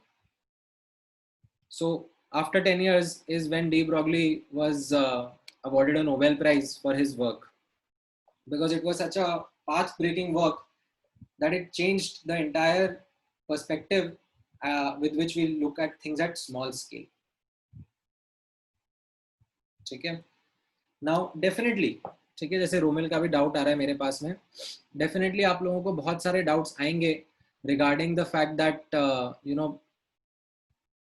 We are not able to visualise this wave nature. ठीक है, तो ये आपके लिए एक एडवाइस रहेगा आज से आगे वाले लेक्चर्स के लिए. ठीक है, that whenever I will be talking about the wave nature, it will always be very difficult for us to visualize. ठीक है, and rather than giving you like incorrect analogies, I will be very honest and clear with you if it is difficult to visualize. जहां पर visualisation थोड़ा बहुत possible हो पाएगा मैं आप लोगों के साथ शेयर करूंगा. जैसे मैंने अभी आपको बोला ना कि ये 3D stationary wave, standing wave को विजुअलाइज करना थोड़ा डिफिकल्ट रहेगा, तो मैं आपको थोड़े से एनिमेशंस वगैरह दिखाऊंगा टू हेल्प दिस विजुअलाइजेशन. ठीक है, but still it will be something that you will always have at the back of your mind that आप लोग हमेशा पार्टिकल नेचर और वेव नेचर को मिक्स करने की कोशिश करोगे. तो इसके लिए मैं आपको यहाँ पर एक बहुत इंपॉर्टेंट पॉइंट बता रहा हूँ कि जब मैं वेव नेचर के बारे में बात करूंगा तो आपको पार्टिकल नेचर को भूल जाना होगा. You have to stop imagining the electron as a particle going on this blue path. ठीक है, somehow that comes as an intuitive understanding, but that is absolutely wrong. ठीक है, so this was de Broglie's hypothesis and the mathematical relationship that he provided, which is lambda is equal to h upon mv, that the wave nature and the particle nature कैसे आ रहा है? Particle nature is associated with the momentum. ठीक है, ये जो मैंने starting में यहाँ ऊपर आपको लिखवाया था, यहाँ पर this represents the particle nature momentum and this represents the wave nature, the wavelength. They are both that are related to each other by this equation provided by de Broglie, and this is something which is not significant at a macroscopic scale. ठीक है, मतलब आपके सामने train जा रही है तो आप ये मत सोचने बैठना कि ट्रेन का वेव नेचर क्या होगा, ये ट्रेन ऊपर नीचे हो रही है, क्या क्या हो रहा है, कैसे, what is that wave around it, वैसा नहीं है. ठीक है, that is not the case. the wave nature associated with the macroscopic objects is too small to see its effects. ठीक है? Whereas for small size, ठीक है, when you think of atomic subatomic scale, then what we can see is the properties associated with the wave nature. ठीक है, जैसे for example अभी रुद्र का या ऋग्वेद का, किसका, ऋग्वेद का क्वेश्चन है, sir what is the wave nature that is created by the tennis ball. ठीक है, तो इनफैक्ट मैं आपसे बोलूंगा Rigved, if I ask you the question what is the wave nature created by electron, तो उसका भी आपके पास आंसर नहीं होगा. ठीक है, वो तो ऐसा होगा कि हम लोग देखेंगे that in certain experiments the electrons also show wave like properties of interference या diffraction. So it is that we are not able to see the electron. आज तक किसी ने इलेक्ट्रॉन देखा नहीं है. नहीं, दूसरा ऋग्वेद. ठीक है, आज तक किसी ने इलेक्ट्रॉन देखा नहीं है. So even to talk about the wave nature of electron is something from the observation that we see that electrons are showing wave-like properties.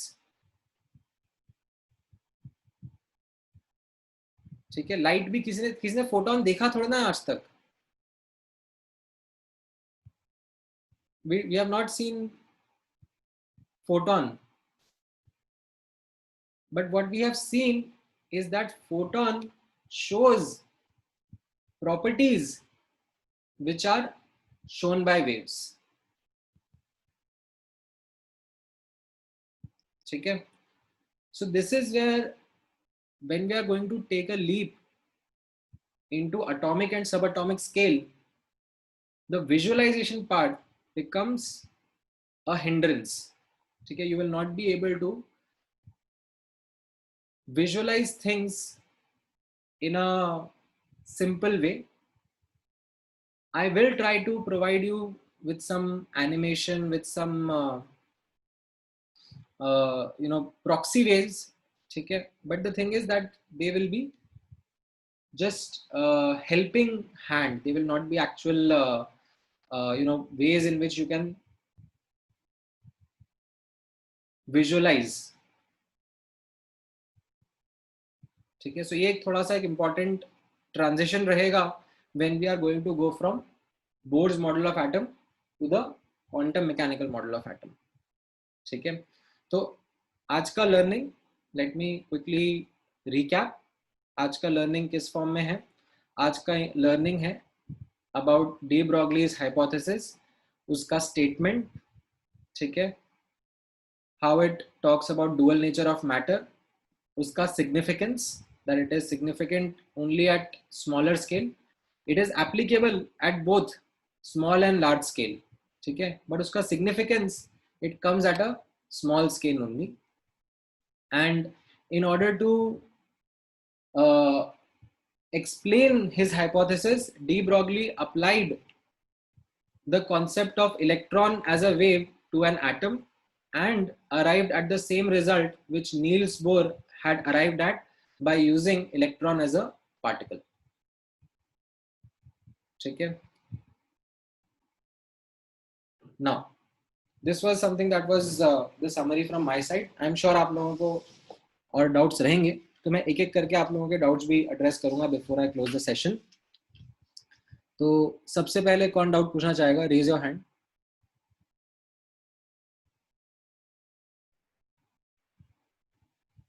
हाँ शेखर, बोलो. सर, जो आपने बताया था वो एटम का wave, standing wave, it should be complete for it to exist in a stable manner. हाँ, तो सर उसमें अगर हमने n ट्रस्ट एंड ट्रस्ट भी बनाया तो फिर भी it will be stable, I mean it will B complete. हाँ, n मतलब n stands for integer 1 2 3 4 positive integer. हाँ, यस सर. हाँ हाँ, ओके सर. ठीक है, इनफैक्ट जो n है वो ऑर्बिट नंबर है. ठीक है, मतलब फर्स्ट ऑर्बिट में यू विल सी दैट एक ही वेव रहेगा, सेकेंड ऑर्बिट में दो वेव्स रहेंगे. ठीक है, मैं थोड़ा सा और इलैबोरेट करूंगा इसको नेक्स्ट क्लास में. अभी के लिए n is just an integer for you. ठीक है, हाँ रोमिल तुम पूछो।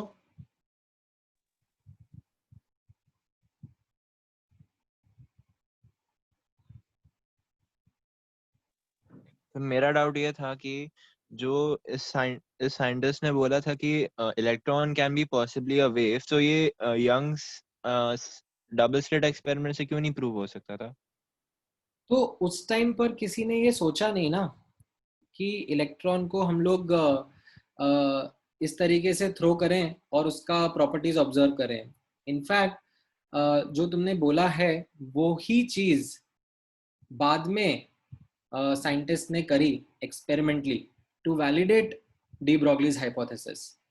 जो मैं आपको बताने वाला था ना, डेविसन एंड जर्मर मैंने नाम लिया था, तो उन्होंने यही चीज करी इलेक्ट्रॉन्स के साथ में, स्लाइटली डिफरेंट तरीके से। एक्सीडेंटल था उनका, ऐसा नहीं था they intentionally did that, it was an accidental way in which they showed that electrons are also showing interference। तो वो चीज बाद में लोगों ने करी। ठीक है, मैं बताऊंगा उसके बारे में अगली क्लास में। अच्छा ऋग्वेद तुम पूछो।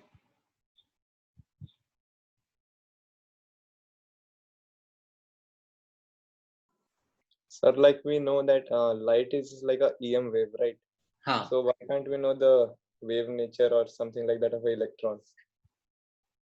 नहीं दोबारा बोलो। So we know like photons exhibit like EM waves like nature. Wave nature, right. Yeah. So like how did we get to know that? But we can't find out the nature of this electron or kind of waves made by the electrons.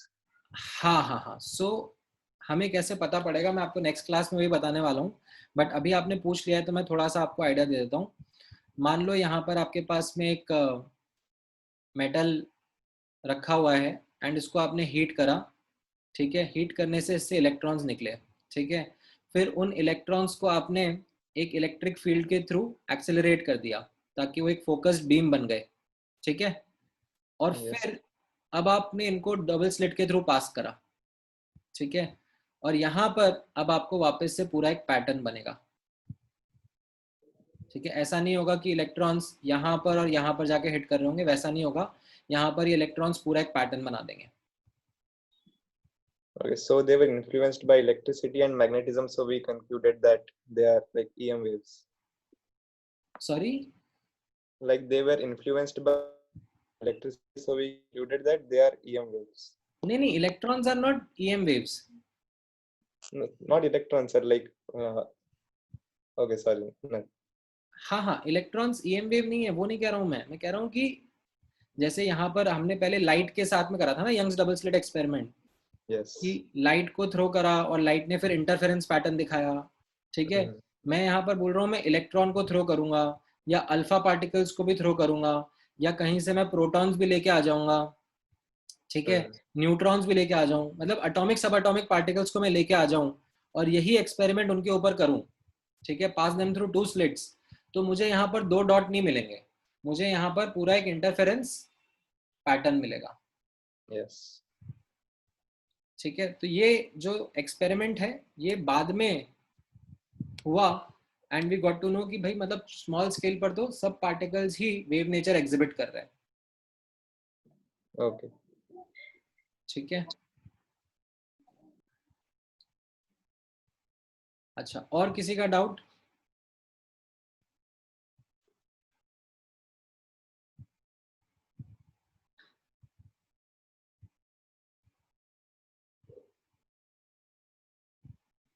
Hand raise कर दो, मैं unmute कर लूंगा।